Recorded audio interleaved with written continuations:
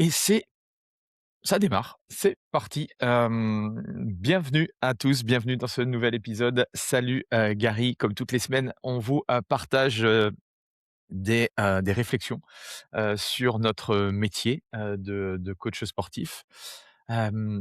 Aujourd'hui, c'était le suite, justement à la réflexion de la semaine dernière sur, le FITEX. Qui est un événement, ça fait pas longtemps qu'il existe. Avant, c'était le salon, le body fitness, le salon du fitness. Il y a quoi? 3-4 ans?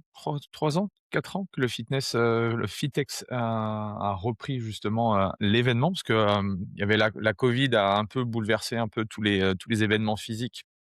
Donc il y en a pas eu, je crois 1 ou 2 ans.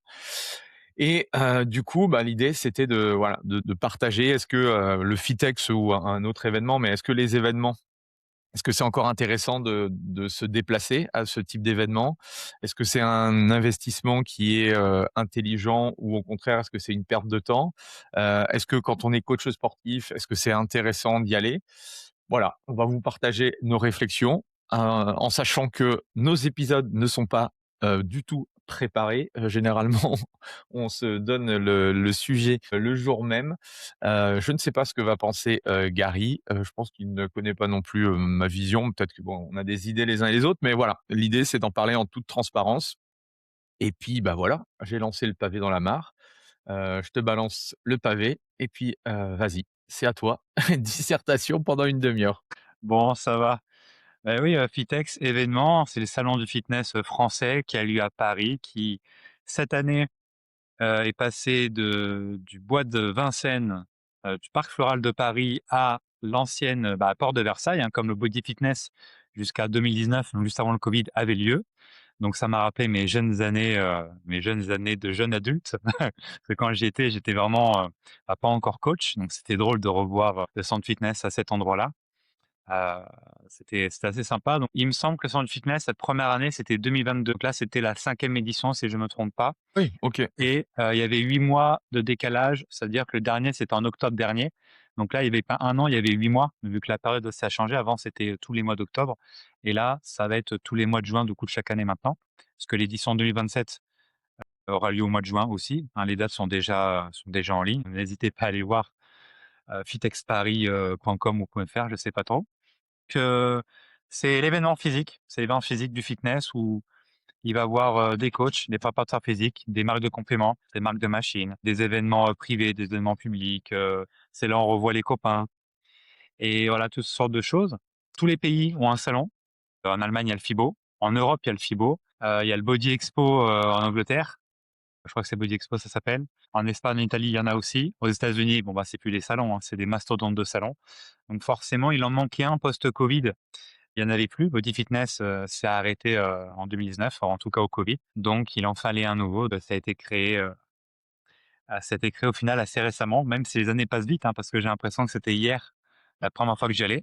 Et moi, pour porter un peu le propos du salon dans cet épisode, j'ai été donc 5, c'est 3 jours à chaque fois, donc c'est vendredi, samedi, dimanche.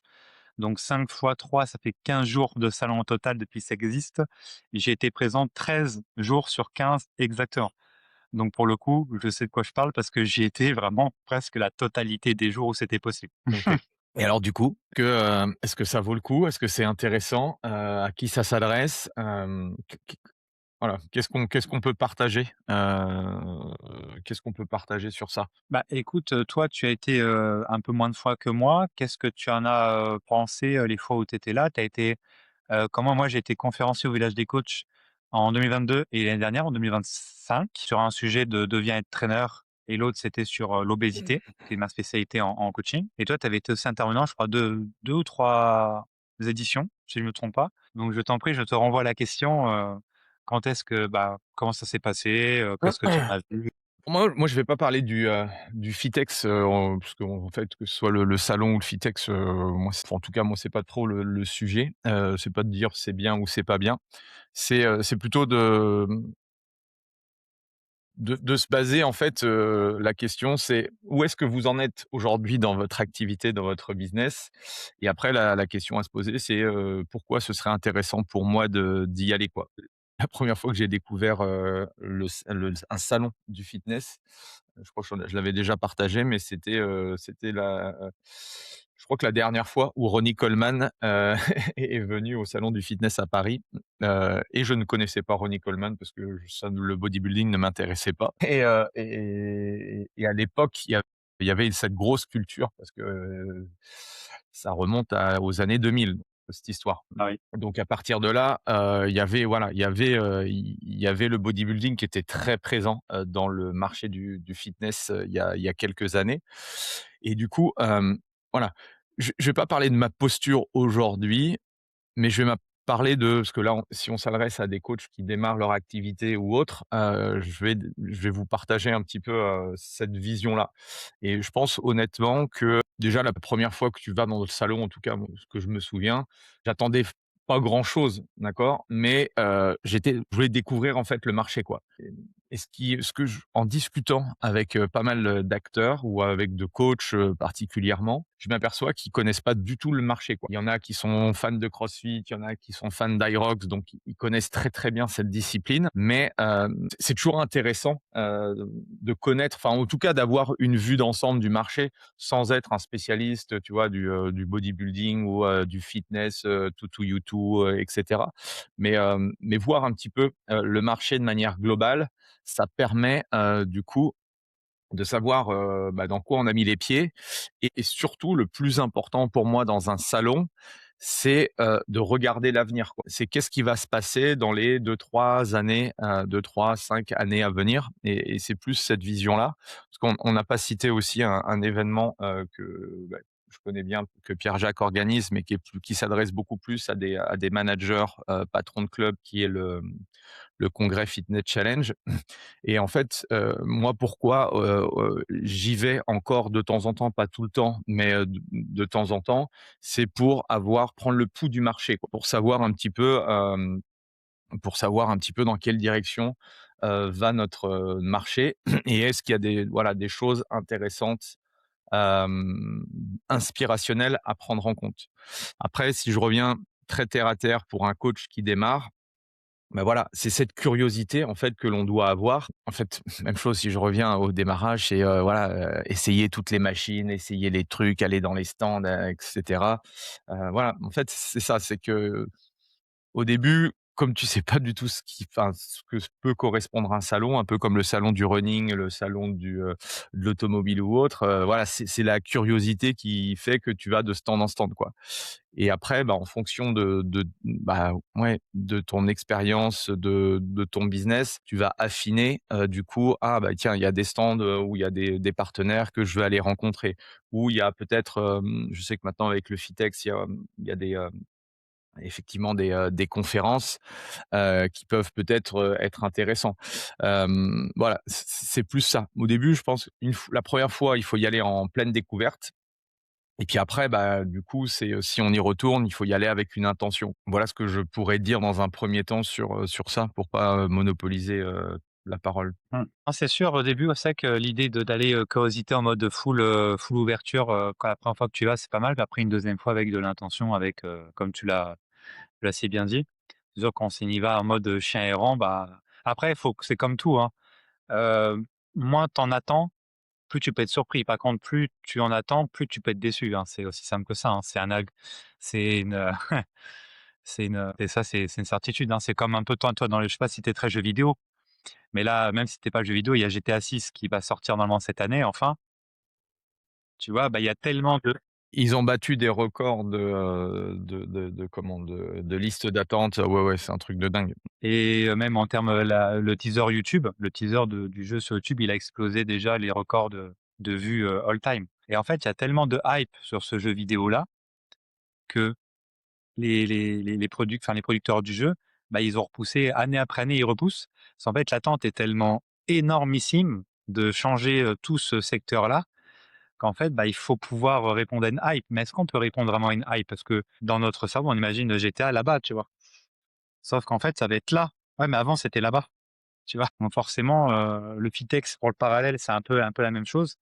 Les gens, je pense que quand ils y vont, que ça soit les coachs ou les fans de fitness, bah, ils savent pas trop à quoi s'attendre. Ils vont aller dans les trucs qui leur parlent, Hyrox, CrossFit, Manager, ils vont aller voir les machines. Les coachs, ils vont Et c'est d'ailleurs le problème des coachs, hein, parce que c'est aussi à ceux qu'on parle là, c'est que les coachs ne vont pas y aller pour le professionnel, ils vont y aller en tant que, fan de muscu. Du coup, ils vont pas aller au village des coachs, ils vont pas regarder les conférences, en tout cas très peu, ils vont même pas venir, hein, du tout d'ailleurs. Et même ceux qui viennent, bah, ils vont passer leur temps à faire leurs séances. Maintenant, il y a des événements, il y a aussi il y avait une espèce de il y avait plein d'événements sportifs en mode, Aerox, tout ça. C'était pas de l'Aerox, je crois, mais toi, c'était ça qui était fait en même temps. Tu avais un concours de force, tu avais plein de choses comme ça. Donc en fait, le problème du coach, bah, notamment Occupé? oui, oui, oui. Je te laisse. Et du coup, bah, c'est ça le problème. De toute façon, tu l'as vu quand tu es venu. Tu as vu que les coachs, bah, en fait, ils étaient en mode athlète plus que, qu'est-ce qui se fait dans le marché. Ils étaient pas du tout là-dedans, ils étaient vraiment en mode, bah, particulier et pas professionnel. Et ça, bah, spoiler alert, ça a pas changé cette année, hein, et ça changera pas, si le marketing n'est pas tourné dans le sens où moi, je suis coach, quel est l'intérêt? Quels sont les intérêts à moi de venir directement au salon? Quels sont Et quand tu es dans l'équipe, du salon, c'est OK, quelles sont les peurs, les croyances et les blocages des coachs qui ne viennent pas? Parce qu'écouter le feedback des coachs qui viennent, c'est bien, mais il faudrait avoir le feedback des gens, pourquoi ils ne viennent pas. Bah, il C'est toujours faudrait surtout pareil. savoir ça parce que, je pense que c'est toujours les mêmes en plus qui viennent et au bout d'un moment, Exactement. comme tu l'as dit au départ, tu revois tes potes. C'est plus c'est plus un moment, chaque année où tu revois un peu le copain que tu as perdu de vue ou que tu as vu en formation et que voilà, on se retrouve ici, on va se manger une pizza et puis voilà. Mais du coup, ouais, réellement, je serais curieux de savoir à la fin d'un salon, ce que le coach enfin ce qu'on en même moi, hein, personnellement, je parle pas d'un point de vue, en tant que professionnel, mais d'un point de vue, oui, coach qui vient découvrir, honnêtement, j'ai jamais été, «Waouh, super, j'ai appris un truc révolutionnaire qui va changer ma vie le lundi matin», quoi, tu vois? Donc c'est ça un peu c'est voilà, quelles sont les attentes? Ouais, quelles devraient être les attentes d'un salon? Et puis quelles sont les attentes effectivement du professionnel, Et quoi? j'ai envie de dire un truc qui va être sympa. Aujourd'hui, le coach débutant et même le coach tout court, il est harcelé de DM pour des gens qui veulent leur vendre un truc au coach. Tu vois? C'est ça la réalité. Dans les DM, dans les plus, il y a que des personnes qui veulent vendre, des choses en DM. Quel intérêt du coach débutant à aller dans un salon où ils sont tous présents en même temps? Parce qu'au salon du fitness, je peux te dire un truc, tous les gens qui sont sur le stand, ils savent pas vendre, hein. Dès que tu t'approches un peu du salon, ils te sautent dessus comme un vendeur de fringues de Bisbee, de l'époque, tu vois? La réalité, elle est là. Parce qu'il faut absolument qu'ils rentabilisent leur stand, il faut absolument qu'ils montrent qu'ils sont là et on te saute dessus. C'est fatigant, laisse tomber. Donc c'est pour ça, tu es coach débutant, tu es déjà harcelé par toutes les applications qui existent au monde, des mecs qui sont pas dans le fitness qui veulent te faire, scaler ton entreprise alors que tu sais même pas faire 1 000 € en coaching, même pas 3 000, allez, on va même pas 3 000. Mais en fait, ces mecs-là, bah, ils sont tous au salon. Donc le coach débutant, il a pas vraiment envie d'investir de l'argent parce qu'il va falloir payer le train ou la voiture, l'essence, l'hôtel, la bouffe. Ça demande un certain budget, hein. Le parking à la journée, porte de Versailles, c'est plus de 50 €, hein. Tu restes, puis est-ce que quand tu vas une fois, est-ce que tu reviens l'année d'après? Parce qu'il y a eu qu'1 an de battement. En plus, ça, il y avait que 8 mois. Je te dis, moi, 8 mois, j'avais l'impression que c'était vraiment Ouais, hier, hein, c'était la pour même le coup. chose, quoi. Donc, je suis resté 2 jours parce que c'est pas la peine. Puis, est-ce qu'on quand on y va une fois, est-ce qu'on y retourne l'année d'après? Bah, par rapport à ce que j'ai vu avec, bah, les gens que je connais qui y vont, ils y retournent pas, tous les ans, ils y retournent pas. Ils vont venir tous les 2 ans, peut-être tous les 3 ans, mais ils vont pas avoir des choses, voilà, un intérêt à venir, tous les ans, quoi. Il y a rien qui change, phénoménal qui change, tu vois? À part voilà, le village des coachs, super. Il y a le village Pilates, le Pilates Reformer, bah, ça a explosé, donc forcément, il y a tout ça. Il y a l'Aerox, il y a là, des Oui, mais des regarde, choses. la tendance de l'Hyrox, bon, est-ce que tu as besoin d'aller faire un salon pour qu'on te Non. pour aller essayer, 25 sellets de marques différentes et puis te dire que l'Hyrox, enfin, ouais, non, non et comme tu dis, je pense que les jeunes coachs, bah, parce qu'effectivement, c'est quand même un ticket. Alors on peut dire: «Ouais, la place est gratuite», mais bon, il y a quand même un investissement, ouais, c'est assez lourd quand même, et puis, est-ce que le coach, qui gagne bien sa vie, est-ce qu'il a intérêt bon, on les voit, rarement, tu vois? Donc c'est ça qui fait que, ouais, je pense que la plupart, bah, des professionnels comme nous se posent toujours la question, de voilà, parce que ça Est-ce que ça vaut le coup de perdre de enfin perdre, est-ce que ça vaut le coup de prendre deux, 3 jours, vendredi, samedi, de lorgner sur mon week-end alors que je bosse, toute la semaine et cetera, que je prends voilà, il y a plein de choses qui font que, quoi. Non, puis pour les jeunes coachs, par exemple, les centres de formation, ne les écoles, de coach, ne savent même pas forcément que ça existe. Ils ne poussent pas leurs étudiants à y aller. Genre en mode: «Ah, c'est ce week-end-là, allez-y, c'est important pour votre culture, pour votre tout ça, pour voilà, faire du réseau, tout ça». Moi, dans mon école, je vais encourager au FITEX en proposant de prendre un billet à chacun. Enfin, pour ceux qui s'engagent à y aller, bah, c'est moi, l'école des coachs, qui va payer, le billet pour l'étudiant, tu vois? Pour moi, c'est important. Mais, tout le monde ne va pas jusque-là. C'est vraiment, vraiment global et c'est dommage parce qu'au salon, c'est là où, puis même on peut parler du, comment dire? Le Covid est passé par là, donc il a fallu monter un salon et tout ça, forcer un nouveau salon. Force est de constater qu'il y avait une, une deadline, comment dire? Un fil rouge qui était de créer un salon fitness pour les professionnels à la base. Mmh. Bon, c'était vraiment ça et bah, là, tu vois que je pense que seulement avec les pros, bah, ça peut pas rapporter d'argent. Ça même à l'équilibre, ça peut être compliqué. Donc là, chaque édition, tu vois que c'était de plus en plus tourné pour les particuliers et ça se comprend. À un moment donné, c'est faut être rentable, faut que ça soit qu'on ait envie de continuer, tu vois? Donc là, il y a de plus en plus de Bah, choses pour les particuliers, de plus en plus de boîtes, de compléments alimentaires. Voilà, où il y a du show, tu sais, il y a un peu, tu sais, la tu sais, il y a les jets de vêtements, il y a les jets de bouffe et tu as comme des singes qui attendent leur truc, tu sais, mais c'est ça qui rapporte des entrées. C'est ça qui fait de l'achat et tout ça. Donc en fait, la réalité aujourd'hui, je pense qu'il peut pas avoir un salon de fitness que pour les professionnels. C'est utopique de penser ça. Donc forcément, il faut mélanger les 2 et avoir un jour dédié. Voilà, le vendredi, c'est pour les pros. Tu vois, l'ambiance le vendredi, le samedi, le dimanche sur le salon, c'est pas du tout la même. Le vendredi, c'est vraiment pro, tu peux faire des deals, tu vois, c'est sympa, c'est le premier jour. Samedi, c'est particulier, donc ça crie partout, ça voilà. Dimanche, c'est plus posé, tous les gens sont fatigués, donc tu peux aussi faire des choses intéressantes. Mais bon, c'est ça aussi, hein, c'est non, s'il y a pas de particulier, il y a pas de salon. c'est un peu le problème, mais et le problème, c'est que si tu fais un salon, pour les 2, bah, c'est un peu comme dans un business, si tu cibles, des profils différents, ça marche pas non plus, tu vois?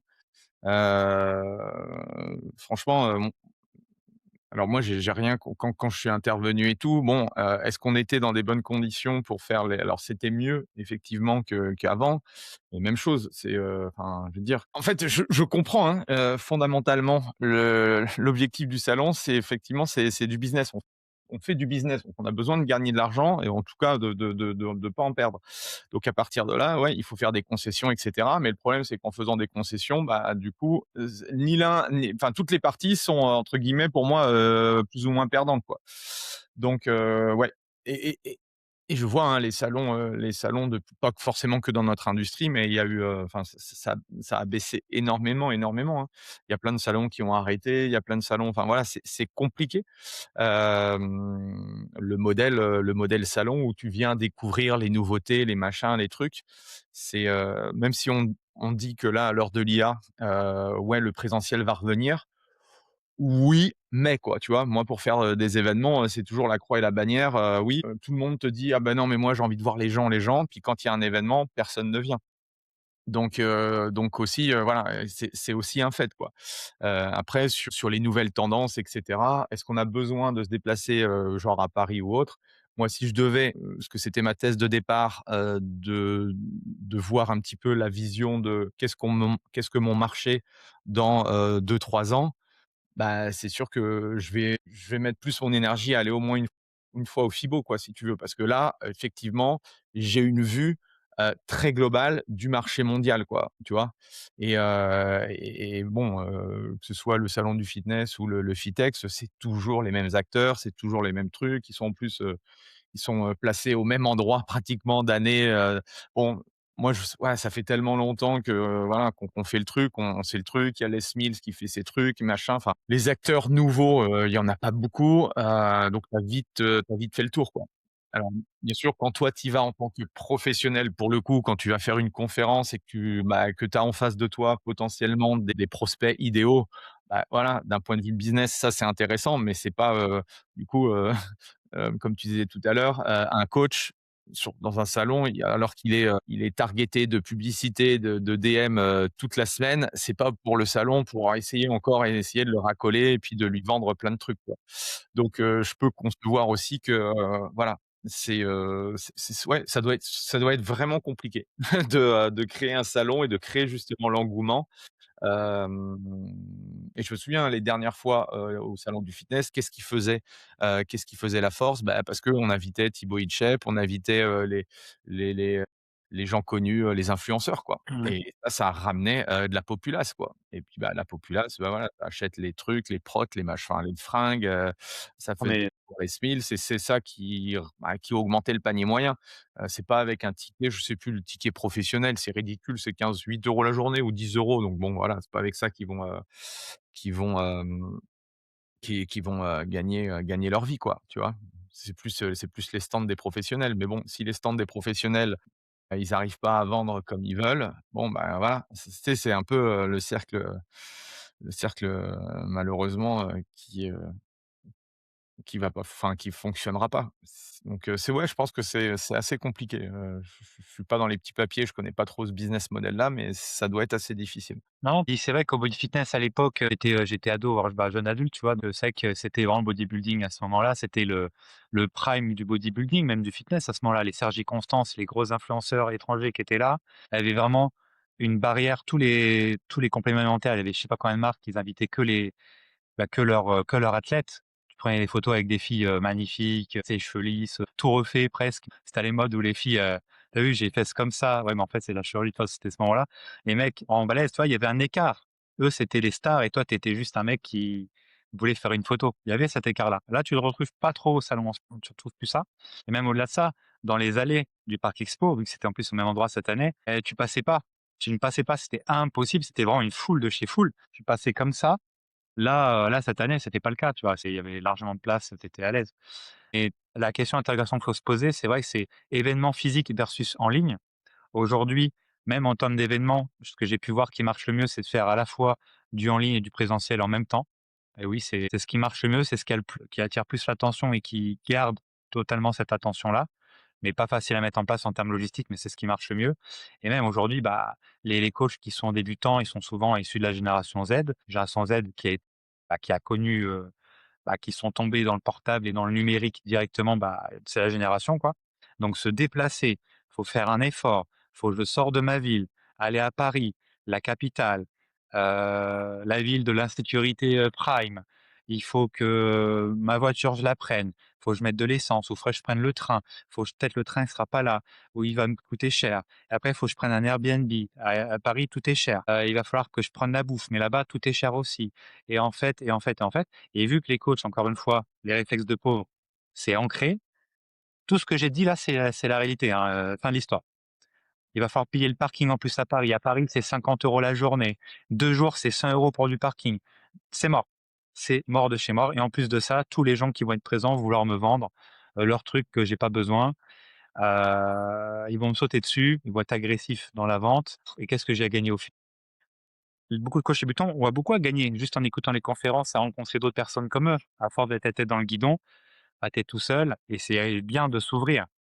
Mais il faut encore avoir la curiosité et la capacité à comprendre qu'il faut s'ouvrir. Et ça, c'est pas le cas de tout le monde. Il y a tout simplement plein de coachs qui s'intéressent à eux, mais pas aux autres et à ce qu'ils font. Ils s'intéressent juste à ce qu'ils peuvent faire dans leur Ou, propre périmètre et fin d'histoire. ouais, ouais, ou généralement, le truc aussi qu'on ne maîtrise pas, c'est que, bah, le coach, il est seul, il connaît personne. Pour lui, c'est compliqué, tu vois? Quand il va à plusieurs, c'est plus simple. Quand il va tout seul, bah, tu fais ton tour, mais voilà, tu oses pas aller les c'est un peu comme, dans les réunions. Enfin, voilà, si tu es un peu, introverti et du coup, tu as du mal à aller vers les autres, bah, du coup, tu loupes, plein d'occasions de pouvoir, connecter. C'est le truc un peu cool dans le présentiel, c'est ça, c'est les connexions. Donc à partir de là, c'est sûr que je pense que pour certains, c'est complexe.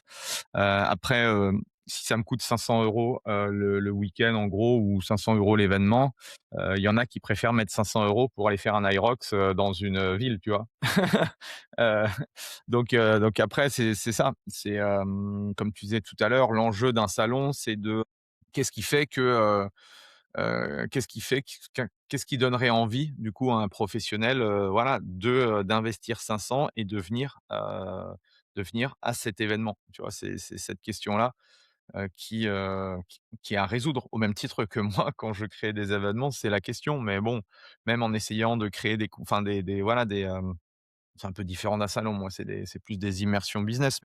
C'est toujours te poser la question: «OK, qu'est-ce qui ferait que, les gens seraient prêts à se déplacer?» Et c'est compliqué de trouver les bonnes réponses. En tout cas, les réponses qui vont faire que les gens vont venir, quoi. Non, puis même en termes de chiffres, le nombre de personnes qui vont au salon, c'est compris entre, si je ne me trompe pas, entre 14 000 et 16 500 participants globalement, tu vois? C'est à déplacer, ça s'est déplacé de Bois de ben, du Parc Floral de Paris, donc à Vincennes, porte de Versailles, c'est parce que même les Parisiens n'allaient pas à Vincennes. Pour eux, qui n'est pas considéré comme Paris dans leur tête, hein, enfin, c'est parisien. Donc l'idée, le postulat de base, c'était de passer ça à Port de Versailles pour que ça soit plus accessible, même pour tout le monde, tu vois? Sauf que les chiffres, ont stagné, voire ont baissé cette année, si je me trompe pas.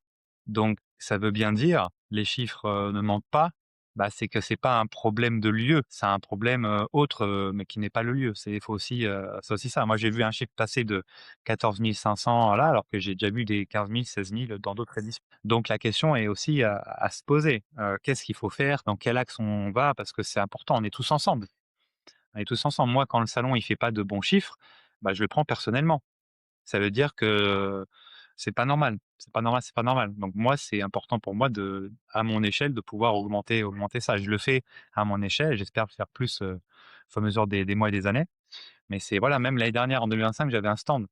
J'avais, l'école des coachs, en stand. Moi, je te l'avais dit, tu pas venu en 2025. J'avais un stand qui était un petit stand Mmh mh. partagé avec, Katia qui fait PNL, formation PNL. On était vraiment en face du village des coachs et moi, contrairement à beaucoup de personnes qui ont des stands, j'ai compris quelque chose, bah, j'ai compris que, il faut pas venir, forcément pour vendre, surtout quand c'est de la formation, des choses qui sont, bah, du cérébral, des choses qui sont plus ou moins high ticket aussi. Parce que, bah, de la formation, d'accompagnement, c'est pas 10 € quoi, c'est pas du consommable, hein, c'est du service et j'avais compris quelque chose parce que moi-même, hein, je suis coach pendant 8 ans, c'est qu'il faut pas qu'on le catégorise dans la même case que les gens qui t'agressent en DM et justement, je sais que dans le salon, ils allaient tous être plus ou moins comme ça.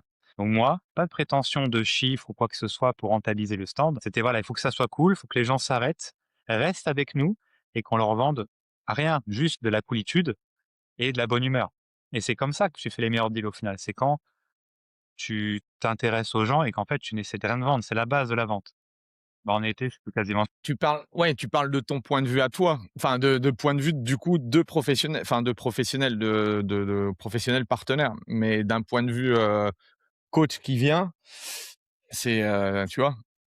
Moi, si tu veux, aujourd'hui, pourquoi j'y vais pas tout le temps? Parce que, j'ai plus de rendez-vous de vente si je fais, une vidéo YouTube ou une masterclass, tu vois? oui, C'est ça le truc. Donc si tu veux, bah, forcément parce que comme c'est toujours, on en parlait, comme il y a c'est toujours, souvent enfin je sais pas, mais j'ai pas de stats, c'est juste l'expérience. Tu as l'impression que c'est souvent une grande partie des gens que tu revois, donc forcément ils te connaissent. ouais, c'est le cas.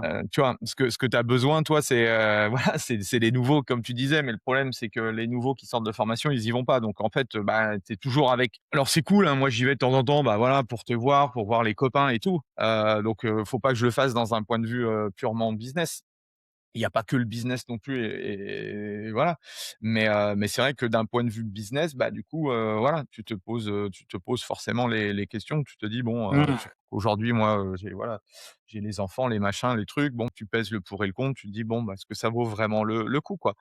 Et je C'est me clair. dis, voilà, c'est le plus important, c'est comme tu dis, c'est de poser la question effectivement, mais même chose, il faudrait cibler c'est un salon, c'est comme un business, tu vois? Le problème, c'est que voilà, là, si tu t'adresses à, monsieur, à Jacqueline et puis aux Jones des influenceurs, dans les B2C, tu as plein d'avatars différents. Dans les professionnels, bah, tu vas forcément t'adresser différemment à des, managers de clubs, à des patrons de clubs, à des commerciaux de clubs, à des coachs, à des propriétaires de studios. Et quand tu viens, bah, c'est la forêt vierge, c'est du généraliste, quoi et ça peut pas fonctionner et moi, bah, j'ai toujours ma casquette de coach et tout. L'année dernière ou non, il y a 2 ans, j'étais venu, du coup, pour très précisément là pour du matos, pour le club, bah, en fait, j'ai rien trouvé parce que tout était généraliste, ça correspondait pas du tout à mes attentes, quoi. Et la même chose, moi je verrais, tu vois, je verrais plein de petits corners différents, avec de la spécialité. C'est-à-dire que voilà, moi je veux me former ou je veux un truc sur, je sais pas, qu'est-ce qu'on pourrait, je sais pas, faire du cold calling, pour coach sportif, je dis n'importe quoi, mais voilà, un truc très spécifique, par exemple sur le business. Bon, bah, voilà, si je peux parler à des gens qui font ça et cetera, où il y a voilà, il y a des conférences, il y a des trucs, ça tu vois, ça a de la valeur. Ou pour une personne qui fait, 10 à 20 cas par mois, dans notre métier, il y en a pas 50 000. Du coup, bah, comment je pourrais faire pour attirer ces personnes-là, tu vois?